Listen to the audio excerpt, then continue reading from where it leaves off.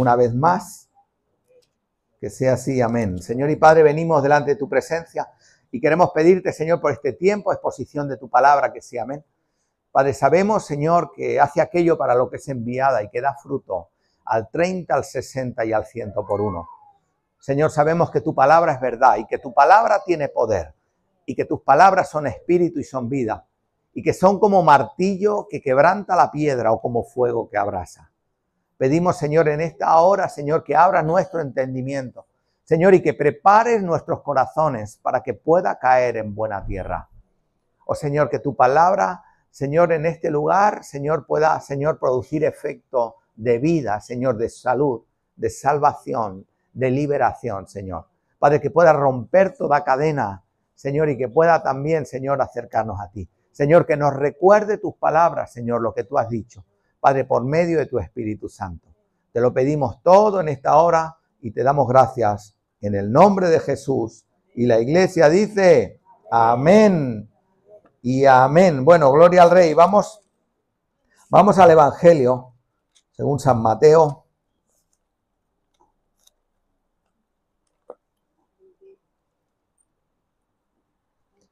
Y en el capítulo 16, ¿sí?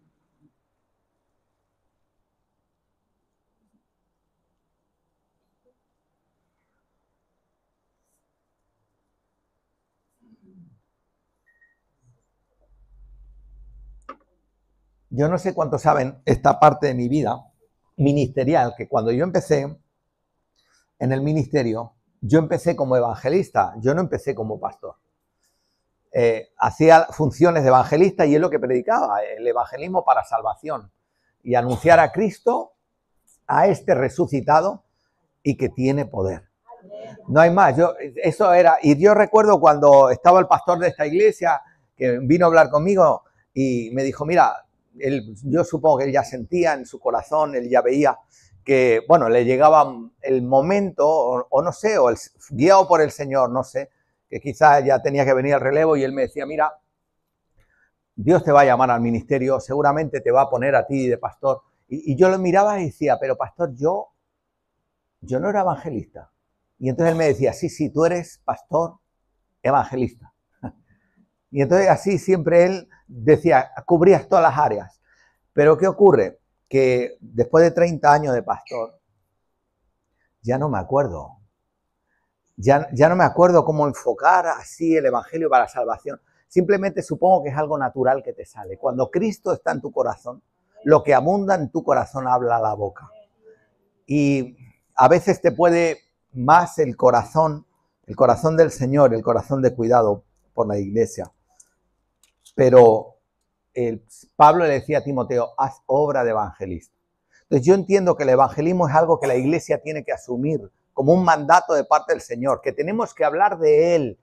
Y yo ya sé, soy el pastor de la iglesia. Dice la Biblia que el pastor debe ser diligente en conocer el estado de sus ovejas. Conozco a cada uno y sé las flaquezas y las fortalezas. Y sé a aquellos que tienen ese fuego, ese ardor que les brota de dentro por comunicar a Cristo y por ir al perdido. Y los que hacen los estudios esos de Igle Crecimiento y demás, te dicen que por estadística, ese celo evangelístico en las iglesias, en la mayoría de iglesias, lo tiene el 10% de la gente, de los miembros.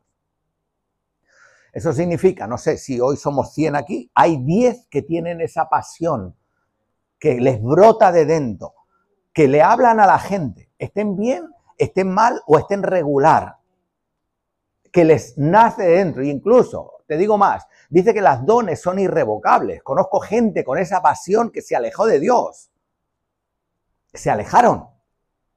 Pero alejado donde estaba, le hablaba a la gente de Cristo y le decía, no me mires a mí, pero créeme que Jesús es la respuesta.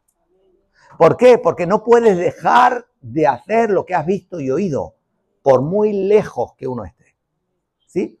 Y si eso es así, si esa estadística es verdad, significa que el 10% hacen evangelismo activo en las iglesias. El resto, pues, ora, enseña, está en la alabanza, se dedica a otras labores, la administración, quizá la limpieza del lugar, pero como don principal, fuerte, como un llamado claro, dice un 10% para hablarle a la gente acerca de Cristo. aunque es mandato a todos. Todos tenemos que hablar, lo sienta o no lo sienta, ¿sí? Pero hay alguien que como un impulso y un fervor y una gracia de parte de Dios, ¿sí? Pero tú imagínate si en esa labor se involucrara en vez del 10%, el 50%. En ir a buscar al perdido y hablarle de Cristo. Y ponlo más aún. Tú imagínate que el 100% entendiera que tenemos que ir a ganar al perdido. Entonces, ¿qué pasaría? ¿No? De ir y anunciar lo que Cristo ha hecho en nuestra vida. Amén. Mateo 16, verso 13 en adelante, dice así la palabra del Señor. Viniendo Jesús a la región de Cesarea de Filipo, preguntó a sus discípulos diciendo, ¿quién dicen los hombres que es el Hijo del Hombre? Y ellos dijeron, unos Juan el Bautista, otros Elías y otros Jeremías o alguno, ¿qué? De los profetas. Esto llama mucho la atención, la pregunta. Acuérdate que los judíos siempre su método de enseñanza es el pulpil y es un método de enseñanza-aprendizaje que es con preguntas y respuestas y repreguntas, ¿sí? Cada vez que venían al Señor le preguntaban y Él decía, bueno, yo os preguntaré a vosotros. Y esa era una fórmula que empleaban ellos para aprender. Si tú te acuerdas, cuando Jesús se pierde a la edad de 12 años y estaba en el templo, dice que oía a los intérpretes de la ley, a los maestros, a los fariseos, a los doctos enseñar, y Él les preguntaba. Y había preguntas y respuestas. Y dice, y todos se maravillaban de sus preguntas y de sus respuestas. ¿Sí? Entonces, es una manera de aprender. Y fíjate que el pasaje dice así, dice, entonces los discípulos, cuando vieron que, cuando entiende Jesús, que la gente empezaba a murmurar, a hablar acerca de Él, ¿quién es? ¿Quién es Él? ¿Quién es Él? Él les pregunta a sus discípulos, bueno, ¿quién dicen los hombres que soy yo? Los hijos de los hombres, ¿quién dicen que es? Que ellos son. Y mira, esta es una pregunta que no ha perdido su vigencia. Es más, si yo preguntase a todos los que estamos aquí, ¿quién es Jesús para ti? Cada uno probablemente daría una respuesta diferente. Y alguna quizás hasta peregrina o equivocada, no sé. Pero ¿quién dicen los hombres que soy yo? En otras palabras, les venía a decir, bueno, ¿y qué dicen de mí la gente? Es curioso porque se sabía que a Jesús lo habían acusado. Y decían que si era hijo de Belcebú, de Belial, que si no, hace eso por el poder de los demonios, decía, todas las sanidades. Y por ahí leía el otro día y algunos rabinos todavía enseñan eso, que dice que como Jesús, cuando era niño, tuvo que salir huyendo con su familia porque Herodes los buscaba para matarlo. Y salieron huyendo, tomaron al niño y se fueron. Mira, parece que Jesús fue refugiado también y sabe lo que es estar lejos de su casa y salir huyendo para salvar la vida. Entonces se fue a Egipto y dice que allí pasó su niñez, en Egipto. Y cuando llegó el momento, cuando ellos entendieron que ya había pasado el peligro, dice que regresaron. Pero él se crió allí. Entonces, muchos todavía hoy enseñan y te dicen que Jesús, cuando estuvo en Egipto, aprendió las artes adivinatorias y la brujería y tanta cosa, y que por eso cuando él llega, él hacía todas esas maravillas. Por eso le decían, este es un hijo de Belcebú. Imagínate, para no reconocer la deidad de Jesucristo, a Dios mismo encarnado y al Mesías esperado. Entonces decían cualquier cosa. Pero él le pregunta a sus discípulos. Es como si hiciéramos la pregunta aquí y no la hiciéramos fuera. Porque si tú le preguntas a la gente de fuera y le preguntas quién era Jesús, vas a oír cualquier cosa. Pero entonces él va y le pregunta a sus discípulos. Oye, y la gente que comenta. Y ellos obvian el decirle las cosas malas. Probablemente se piensa que él hablaba de la gente que estaba en el círculo, que era creyente, que estaba en la periferia, que algo conocía acerca del Señor, que tenían buen testimonio quizá. Y les pregunta, bueno, ¿qué dicen? ¿Qué dice la gente, el pueblo? No el Sanedrín, el pueblo, ¿qué dice de mí? cuando ve las maravillas y ve las cosas que acontecen y ve los ciegos sanarse y ve los leprosos limpiarse y ve los paralíticos andar. ¿Qué dicen los hijos de los hombres acerca de mí? Y dice, verso 14, ellos dijeron, unos, Juan el Bautista. Dice la Biblia, el hombre más grande que ha habido, Juan. No busques otro. El hombre más grande que ha habido, eso salió de los labios de Jesús, fue Juan. Juan el Bautista. Y alguno puede pensar, oye, ¿y Moisés? ¿No? ¿Y Elías? ¿Y el rey David? ¿Y qué dijo Jesús? El hombre más grande que ha habido es Juan. Y me llama mucho la atención eso, ¿por qué? Porque de David conocemos sus hazañas, ¿o no? ¿Sí o no? Conocemos sus hazañas. Dice que construía con sus manos instrumentos de música, él, y de cuerda y de viento. Y entonces se iba al desierto solo y él buscaba al Señor y decía, como brama la cierva, porque dice el original la cierva, por las corrientes de las aguas. Así clama por ti, oh Dios, el alma mía. Y buscar, y virtuoso de la música, dice la Biblia, el dulce cantor de Israel, escogido por el Señor para reinar sobre su pueblo. Y dice, y de su linaje vendría el Mesías. Y qué pacto hizo con él, y las cosas que conquistó.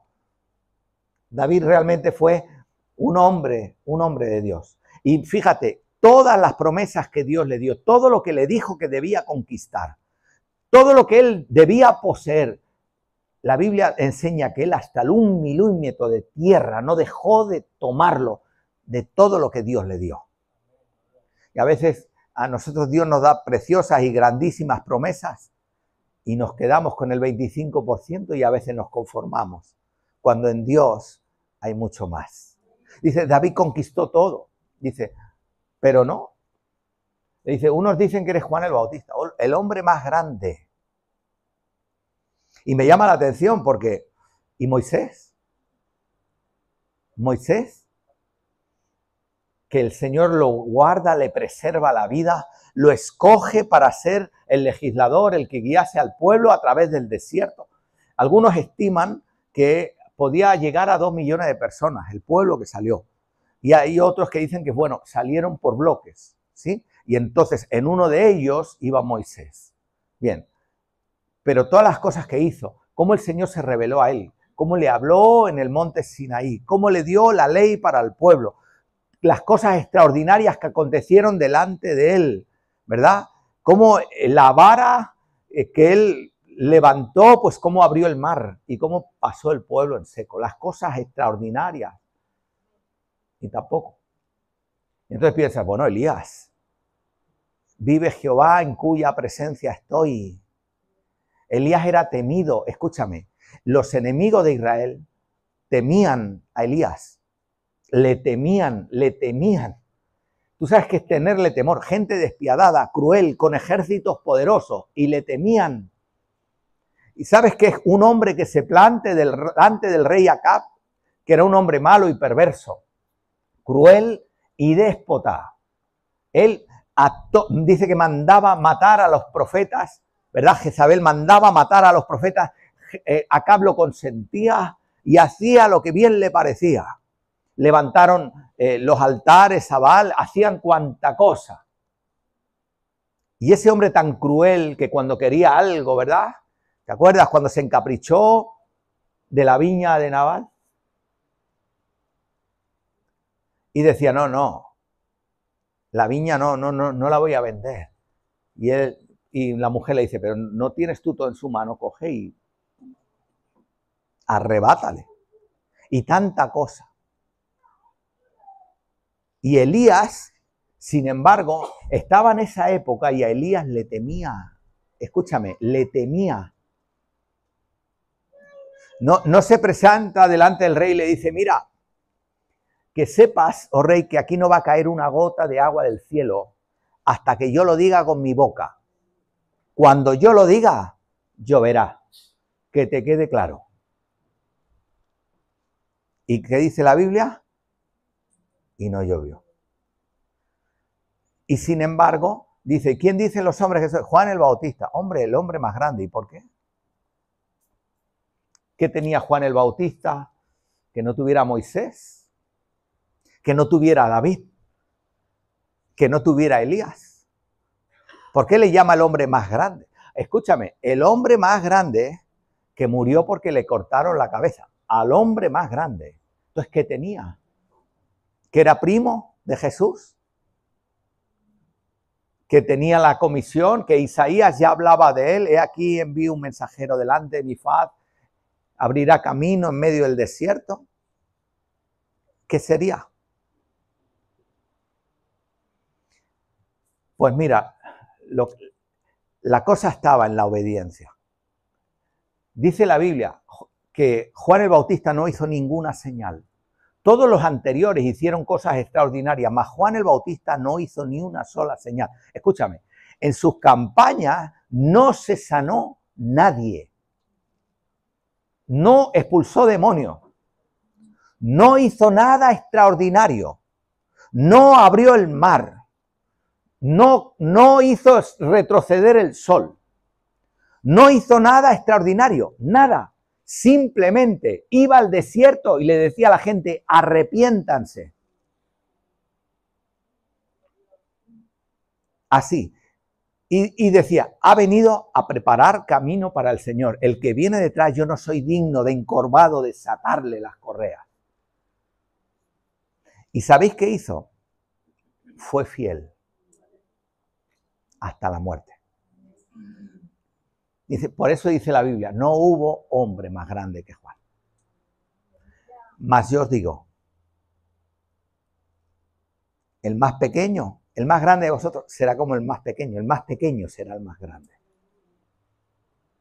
Fíjate, parece que los parámetros que tiene el Señor de medir son distintos a los nuestros. Dice, unos dicen Juan el Bautista, otros Elías. Y luego dice, y otros, ¿qué dice? Jeremías. Lo de Jeremías llama la atención porque probablemente, bueno, no se sabe, pero probablemente hay un libro apócrifo en las Biblias católicas, que es de Macabeos, donde habla que entró y tomó algunas cosas que eran consagradas al Señor para el servicio del altar, las cogió y las escondió en una cueva. Y entonces cuando esto se decía y era, digamos que como una leyenda que circulaba entre los israelitas, y entonces, claro, al decir, sería Jeremías, quizá alguno estaba pensando, claro, es que tomó las cosas, las escondió y ahora las viene a traer otra vez para restaurar el templo y el altar. Mas, sin embargo, no era así. Dice, ¿quién dice los hombres que soy yo? Y luego dicen, o alguno de los profetas que ha muerto. Es como, mira, ha vuelto alguno de ellos. Y entonces les pregunta, esto es lo que dicen los hombres, los de la periferia, los que están cerca de la iglesia, del pueblo. Verso 15, él les dijo, ¿y vosotros quién decís? ¿Y quién soy yo? Y si te hicieran esa pregunta y viniera Jesús y te preguntara, ¿y para ti quién soy yo? ¿Y cuánta gente ha pasado por la vida de Jesús y a veces no se ha dado cuenta? Bueno, ¿quién soy yo? Para ti, ¿quién soy yo? Y entonces dice, respondiendo Simón Pedro, dijo, tú eres el Cristo, el Hijo del Dios viviente. Es como fue iluminado en ese momento. Y es como tener una revelación y decir, tú eres el Cristo. Es que tú eres el Cristo, tú eres. ¿Cuántas veces, iglesia, Dios ha estado alrededor nuestro y no nos hemos dado cuenta de quién estaba a nuestro lado?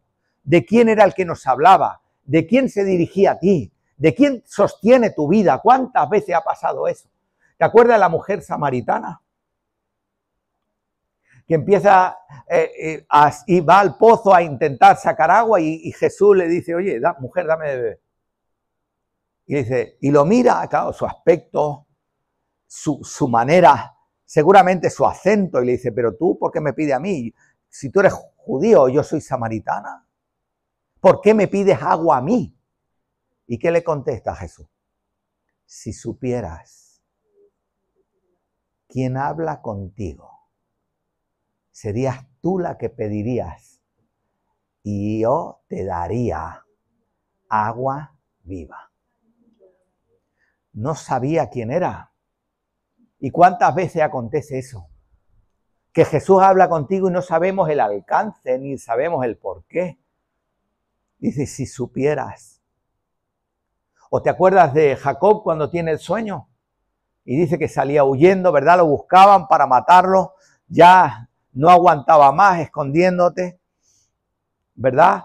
Y su hermano pretendiendo cogerlo para acabar con su vida. ¿Se acordáis? Y de repente dice que va a dormir, pone unas piedras y se pone a dormir. Y se pone a dormir. Yo no sé cuántos de vosotros han hecho alguna vez eso, tener una piedra por almohada. ¿No? Nada.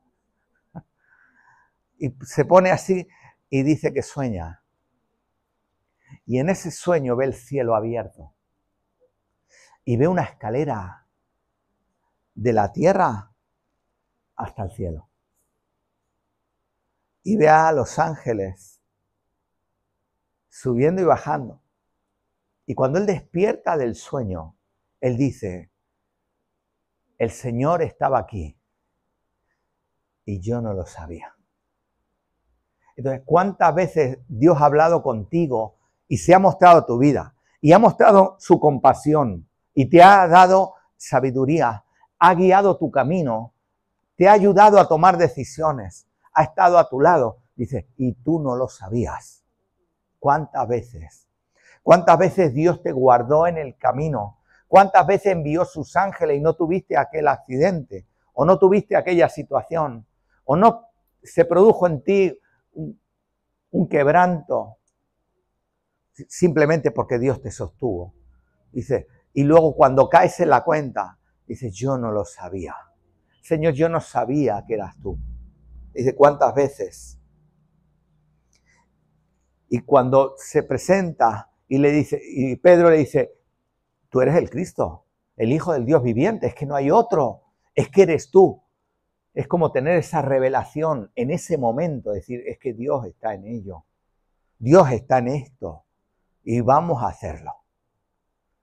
Con la ayuda del Señor, amén. Y dice, entonces, verso 17, entonces le respondió Jesús, bienaventurado eres Simón, hijo de Jonás, porque no te lo reveló carne ni sangre, sino mi Padre que está en los cielos. Mira, hay una cosa muy clara, y las cosas de Dios se asumen por revelación. ¿Me escucháis? Con nuestra mente natural nosotros no podemos discernir nada. Inténtalo. A ver, no, inténtalo. A ver, uno con su mente natural que me explique si entiende lo que es la Trinidad. El Padre, el Hijo y el Espíritu Santo, pero son uno. A ver cómo se explica eso. O cómo explica las cosas grandiosas de Dios que no hay palabras para poder transmitirle a nadie. Mira, esto lo entiendo así, lo recibo así. De ninguna de las maneras, no sabemos. Las cosas de Dios se asumen por revelación, simplemente porque hay algo en tu espíritu que lo recibe y tú sabes que lo sabes, que lo sabes. Es más, ¿cómo sabes que eres hijo de Dios? Sí, dice la Biblia, el Espíritu da testimonio a nuestro espíritu de que somos hijos de Dios. Gloria al Rey, ¿no? Sí. ¿Y tú has visto tu espíritu? ¿Y al Espíritu de Dios? ¿Y cuánto pesa tu espíritu, sabes? ¿Es grande, es pequeño? ¿Cómo es? ¿Alguien sabe? Mira, son las 12, no sé, yo tengo y 5, ahí pone y 8, no sé qué hora sea. Las 12 y algo. Si Cristo viene ahora, te aseguro, pero te aseguro que me voy. Si el cielo se abre y suena la trompeta, me voy. Y tú dirás, ¿y cómo lo sabes? Porque lo sé, que lo sé, que lo sé. Entonces, hay cosas que se asumen en el espíritu. no tienes nada tangible para decir. Es como el don de discernimiento. Cuando se activa el don de discernimiento, tú no tienes nada para poder decir, mira, por esto, por esto, por esto. No, no, no. Simplemente lo sabes. ¿Y qué tienes que hacer? Esperar. Y tienes que orar y decir, Señor, manifiesta que se vea. Prende la luz en medio de la oscuridad. Y no hay más. Y entonces cuando Pedro dice, tú eres el Cristo, es porque le fue recibido. Es como un mensaje que le cayó del cielo y a su corazón iluminó su mente y lo vio y dije, eres tú. No hay otro. ¿Cuánto lo creen?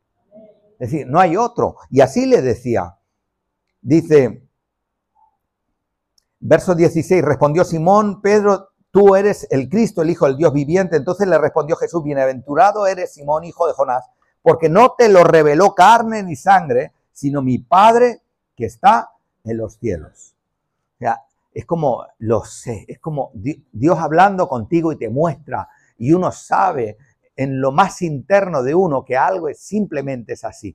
Es como Dios, el Espíritu Santo empieza a impartir fe en los corazones, impartir fe. Y entonces es cuando se activa y Dios te ilumina y puedes ver un mundo espiritual a tu alrededor. Pero hasta que esto llega, tenemos una vista corta y a veces muy carnal, en el sentido de que vemos lo que tenemos delante y nos cuesta ver ese panorama espiritual que tenemos. Por eso cuando Dios te ilumina y tú puedes acceder a ver más allá, entonces puedes decir, bienaventurado eres feliz, porque fuiste objeto de la revelación del Padre, que te lo manda y dice, oye, pues esto era así. Y entonces lo entiendes. Puedes entender muchas cosas, pero si no, si tomamos nuestras decisiones de esta vida con las cosas que nosotros vemos con nuestros ojos naturales, estamos muy perdidos.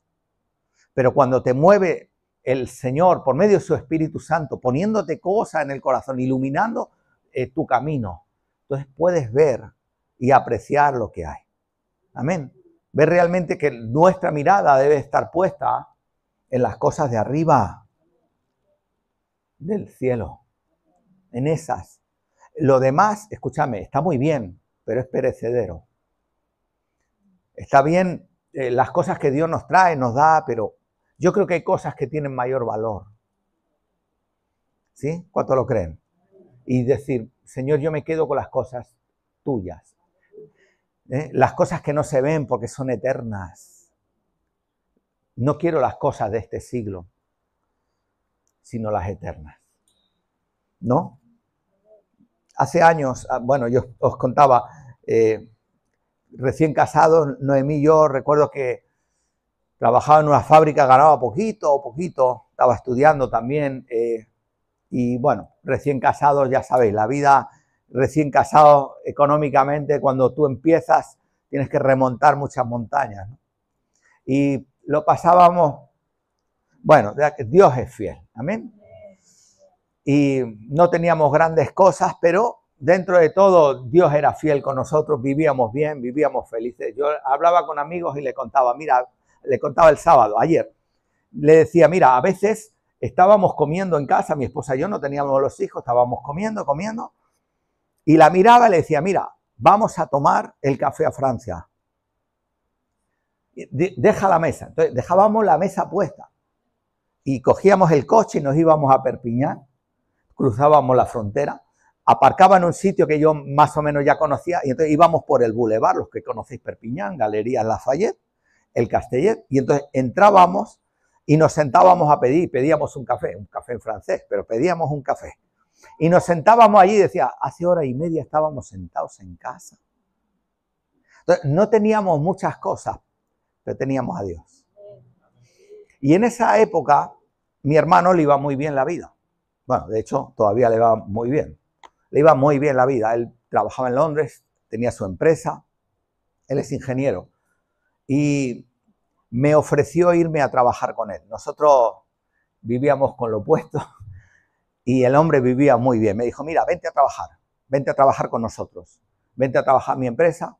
Y yo recuerdo que hablé con él y me decía, no, vente así, esto, lo otro. Y le dije, mira, pero ¿qué me ofreces? Me dijo, mira, te vienes conmigo, serás parte de mi equipo, luego con el tiempo tendrás tu equipo, tienes que viajar por todo el mundo, buenos hoteles, todo pagado, buen salario, vas a viajar con primera clase a nombre de la empresa y yo me ocuparé de formarte.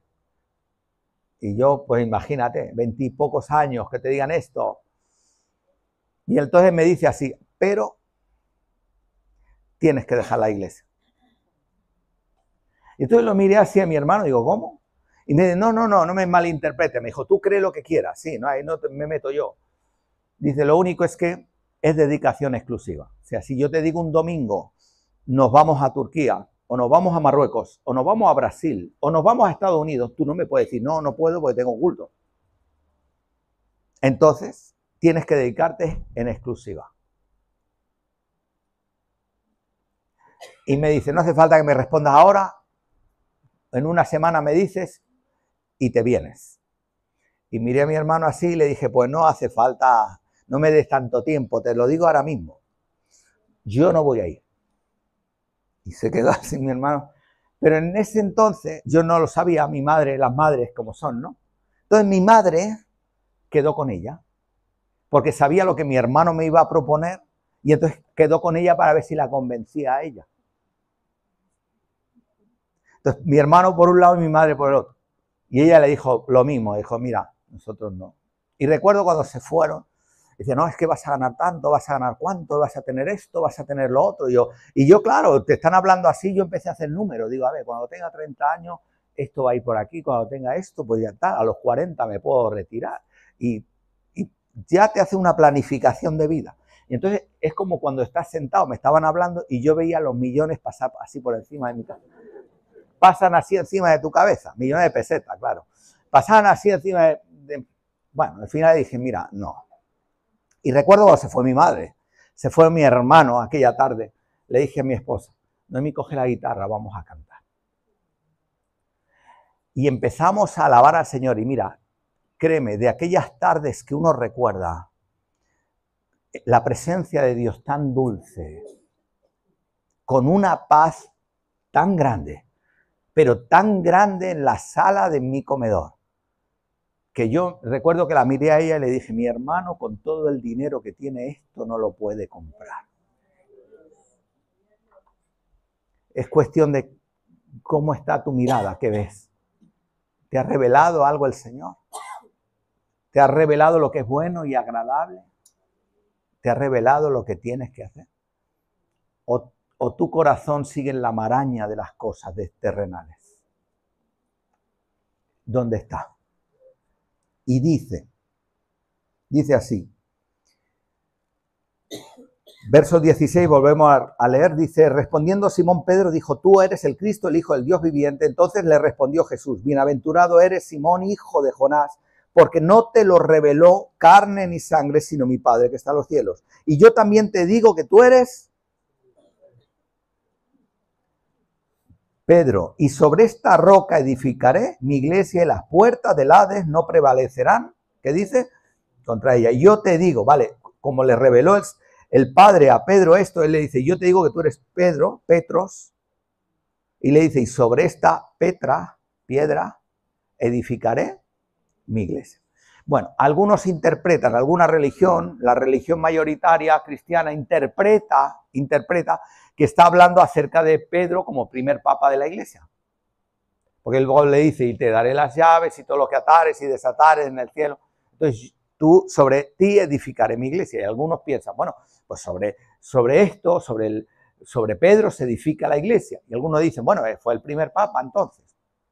El primer papa que estaba casado, que tendría, me imagino, sus hijos. Dice, ¿cómo sabe que estaba casado? Porque dice en la Biblia que Jesús sanó a su suegra.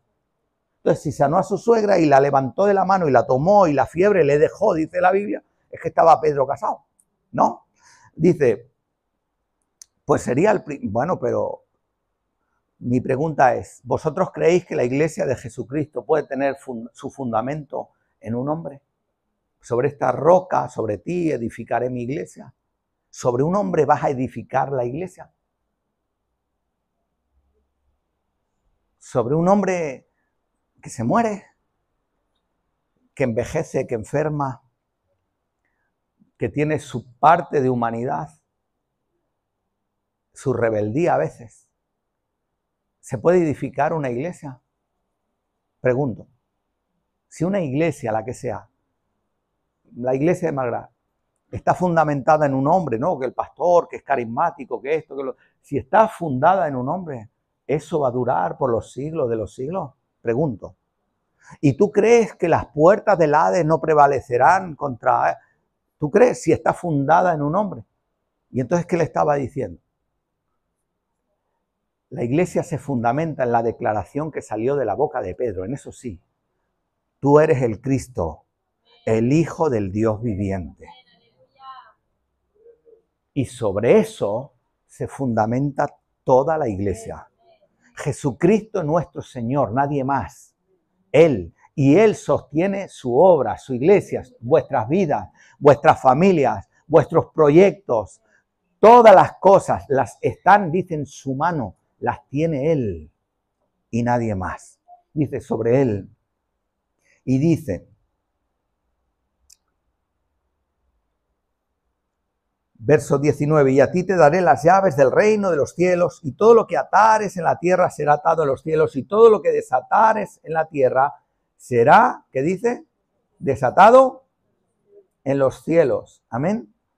Dice, y eso, claro, también genera controversia, porque algunos dicen, no, ¿ves cómo a Pedro le dio autoridad? Mira, la Biblia dice que cuando empieza el inicio de la iglesia y la iglesia empieza a caminar, y estaban asentando todos los libros y las cartas y las epístolas y la Sagrada Escritura, estaban escribiendo, la Biblia enseña que el apóstol Pedro empezó a tener ciertas dudas. Porque él era de la nación judía, se sentía muy judío, o sea, pensar que tienen una identidad nacional muy marcada, muy fuerte, muy sólida. Y entonces veía que entraba gente que no era judía en la iglesia, en la comunidad, y él había sido judío de toda la vida, y de repente veía que, oye, estos no hacen la circuncisión. Oye, esta gente come de cualquier cosa y no guarda. Estas personas no guardan el sábado, ni las lunas, ni las fiestas solemnes. Esta gente no conoce nada acerca de la historia sagrada de Israel. Pero ¿cómo va a ser? Y entonces los judaizantes empezaron con tensiones contra los que no eran judíos. Y empezaron a decirle, oye, mira, esta gente sí son, vale, son de la fe, son del camino, pero son de segunda división. Nosotros somos los judíos, somos el pueblo de Dios, nosotros somos especiales. Así que a esta gente, si quieren algo de parte de Dios, tienen que vivir como nosotros vivimos y hacer cosas que nosotros hacemos. Y Pedro, cuando estaba con los judíos, se comportaba de una manera. Y cuando estaba con los que no eran judíos, con los gentiles, se comportaba de otra. Amigo, pero entonces llega el apóstol Pablo y lo ve. Y coge Pablo con todo su carácter y lo llama a capítulo y dice, Pedro, ven para acá. El original, ¿sabes qué dice? Dice que discutieron, dice en nuestra Biblia, discutieron y Pablo decía que cómo estaba haciendo eso, porque el pueblo de Dios era uno solo, y que somos uno en Cristo, y que no había judío ni gentil, esclavo ni libre, hombre ni mujer, que éramos uno en Cristo, dice Gálatas, y que cómo era posible que hiciera de esa manera, ¿verdad? Esto te lo explico de una manera suave. ¿Quiere decir que dice el original? ¿Quieres saberlo? Pablo cogió a Pedro y empezó a gritarle. Y dice, le gritaba, yo creo que a las manos no llegaron, pero igual lo enganchó por aquí. Y empezó a decirle, ¿qué estás diciendo y qué estás enseñando a la gente? Entonces, ¿alguien así puede ser el primer papa? ¿No sería Pablo entonces que le llamó la atención? ¿No hablan de la infalibilidad papal? Pues ahí falló. Entonces, cuando le explica, tú ahora tendrás las llaves, tampoco era la persona, sino lo que representa. Las puertas del Hades no prevalecen contra su iglesia. No contra un hombre, contra su iglesia, dice Apocalipsis. Lo que somos. Es como que Dios nos reviste de poder, de gracia. Somos alguien en el reino. O eres alguien en el reino. Y dice,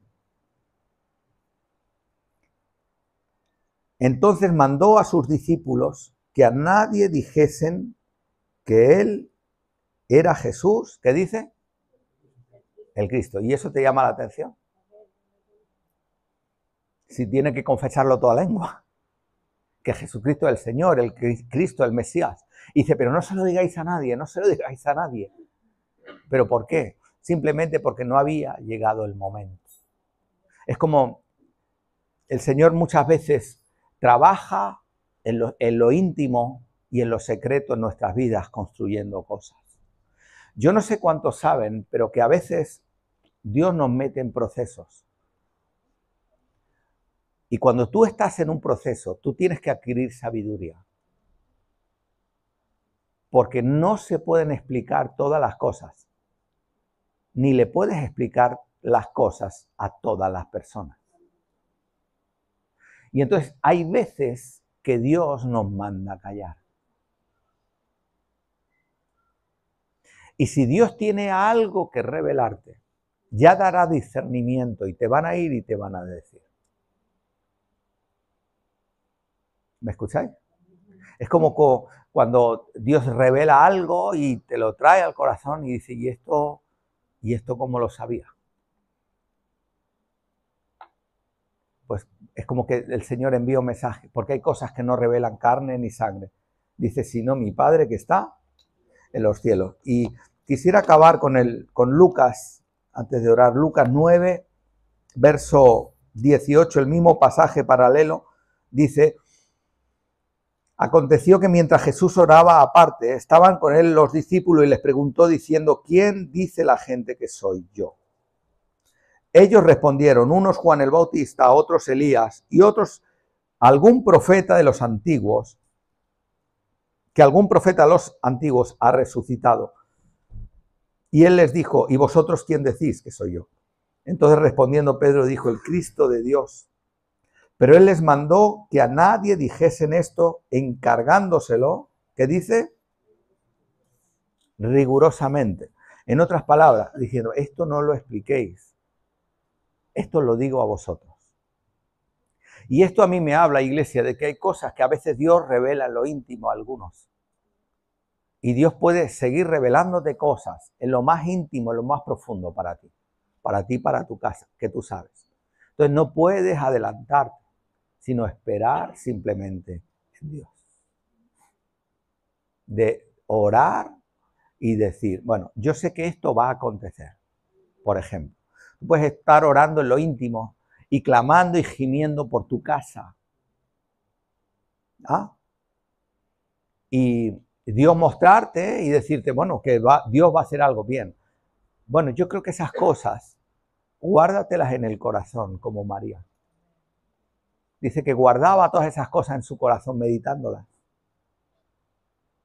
Y ora, pero no le digas, no le digas a alguien que está alejado, no, pues yo sé que tú ya llegará. Y a veces hay que ser sabios también en toda vuestra manera de conducirse. Porque a veces queriendo atraer a alguien lo alejamos. ¿Te ha pasado alguna vez? Queriendo explicarle de la mejor de las maneras, no nos ponemos de acuerdo. A veces con el afán de querer bendecir, de querer adelantar tiempos, te das cuenta que no, si la cosa parece que se aleja más. Entonces, yo entiendo que Dios tiene que mostrarte de abrir un periodo de oración, de clamor genuino, de orar y esperar que tal cosa acontezca. Oramos. ¿Sí? Que el Señor se pueda revelar así. Puede decir, oye, el Señor está allí. Seguro. ¿Sí? Mi madre tenía una frase, las que la conociste, ¿no, Pili? Tú la conociste. Mi madre tenía una frase sevillana, católica, bueno, sus raíces. Pero ella le decía a la gente, dice, mira, te digo una cosa. Le decía a la gente, era de ese 10% que te contaba antes, que no sé dónde están, en qué parte de la iglesia están, porque no se les ve, pero son unos evangelistas tremendos. Entonces mi madre iba aquí a la iglesia católica de Madrid y cuando salían fuera le decía a la gente, mira, yo vengo aquí, Dice, pero si quieres que te diga la verdad, el Señor está en la iglesia evangélica. Y decía, allí es donde lo puedes sentir. Y yo le decía, ¿y tú le? Sí, y para eso iba a misa.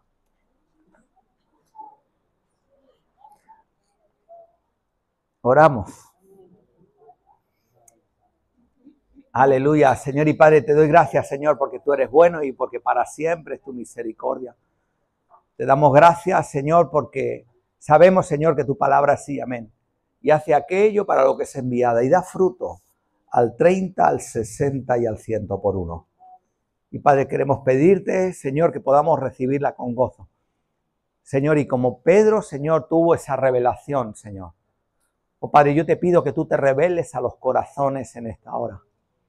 Que tú puedas mostrar que tú eres Dios y no otro.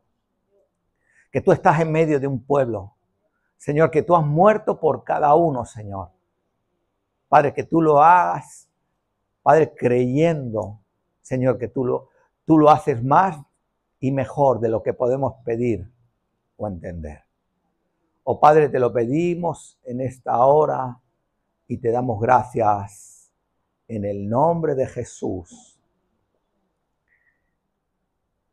Y la iglesia dice, amén y amén. Aleluya.